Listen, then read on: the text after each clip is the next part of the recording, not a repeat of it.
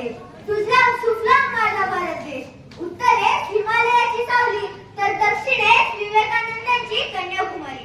सभोवताली पसरलेला हिंदी महासागर, अरबी महासागर, बंगालचा उपसागर, भारत मातेच्या शिरपेचात मानाचा पुरा म्हणजे सुंदर आपले काश्मीर. याच माझ्या सुंदर भारत देशावर इंग्रजांनी सुमारे 150 वर्ष राज्य केले. लोकांवर वेगवेगळे अत्याचार केले, जगणं नकोसं करून टाकलं. म्हणूनच या भारत भूमीतील असंख्य देशभक्तांनी आपल्या प्राणाची आहुती दिली आणि या भारत मातेला इंग्रजांच्या गुलामगिरीतून मुक्त केले. एक सोनेरी पहाट उजळली. 15 ऑगस्ट 1947 रोजी माझी भारत माता मुक्त झाली.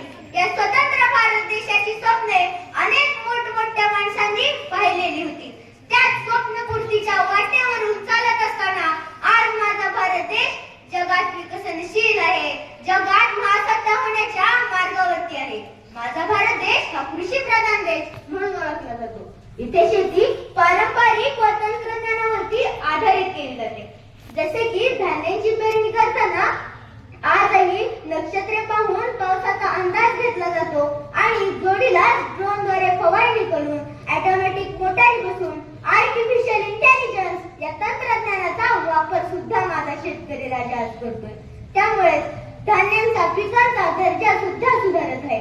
रात्रंदिन आम्हा युद्धाचा प्रसंग अशा तुकाराम महाराजांच्या ओवीप्रमाणे रात्रंदिवस काबाड कष्ट करून माझ्या शेतकरी राजाने देशात हरित क्रांती व धवल क्रांती घडवून आणली आहे.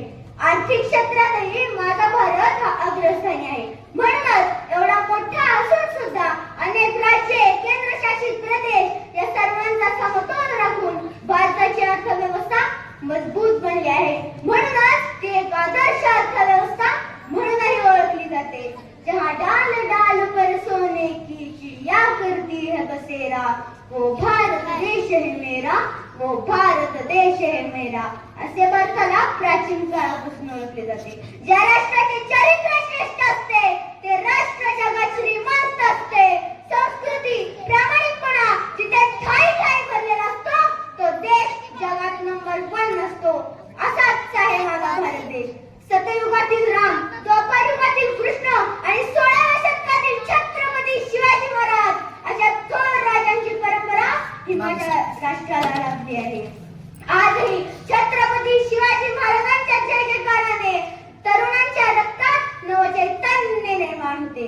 राजमाता जिजाऊ, श्यामची आई यांनी आपल्या पुत्रांना घडवले ते याच भारतीय संस्कृतीत. येशूच्या जखमेवरती श्रीराम घालती फुंकर, मशिदीत निजलो तेव्हा हे स्वप्न पाहिले सुंदर. हिंदू, मुस्लिम, शीख, ईसाई अशा अनेक धर्मांचे लाखो करोडो लोक आजही या भारतात गुणगोविंदाने राहत आहेत. वसुधैव कुटुंबकम अशी शिकवण जगाला देणारे संत ज्ञानेश्वर, संत तुकाराम, संत सावता महाराज, कबीर, गुरु नानक हे थोर संत सुद्धा याच भारत भूमीतील आहेत. ज्यांच्या परस्पर्शाने ही भारत भूमी आज पवित्र बनली आहे. अहिंसा परमो धर्म असे म्हणत अहिंसेला महत्व देणारे ते थोर तीर्थंकर वर्धमान महावीर, तसेच अहिंसेला आपला मार्ग बनवून शांततेचा संदेश देणारे गौतम बुद्धही याच भारत भूमीतील आहेत. ए मेरे वतन के लोगो जरा आँख में भर लो पाणी असे म्हणत सर्वांच्या डोळ्यात अश्रू आणणाऱ्या त्या गानकोकिळा लता मंगेशकर, तसेच बुद्धिबळासारख्या कठीण स्पर्धेतही अनेक वर्ष ग्रँड मास्टर राहिलेला विश्वनाथन आनंद आणि क्रिकेट जगतात ज्याने विक्रमांचे शिखरही कधीच गाठले आहे असा सचिन तेंडुलकरही याच भारत भूमीतील आहे. अशी किती म्हणून नावे घेऊ. या सर्वांनी भारत देशाला एका वेगळ्याच उंचीवरती नेऊन पोहोचवले आहे. याचा मला अभिमान वाटतो. सध्या विज्ञान तंत्रज्ञान क्षेत्रात सुद्धा माझा भारत हा एका उंचीचे शिखर प्राप्त करत पुढे पुढे वाटचाल करत आहे. म्हणूनच तो भारतीय प्राचीन भारतातील आर्यभट्ट, चरक यांच्यापासून सुरू झालेली वैज्ञानिक शोधांची परंपरा सध्या जगदीशचंद्र बोस, अब्दुल कलाम, डॉक्टर विक्रम साराभाई आणि इस्रोच्या शास्त्रज्ञांनी आजही यशस्वीपणे सुरू ठेवली आहे. म्हणूनच मी तर म्हणतो तुम्ही म्हणा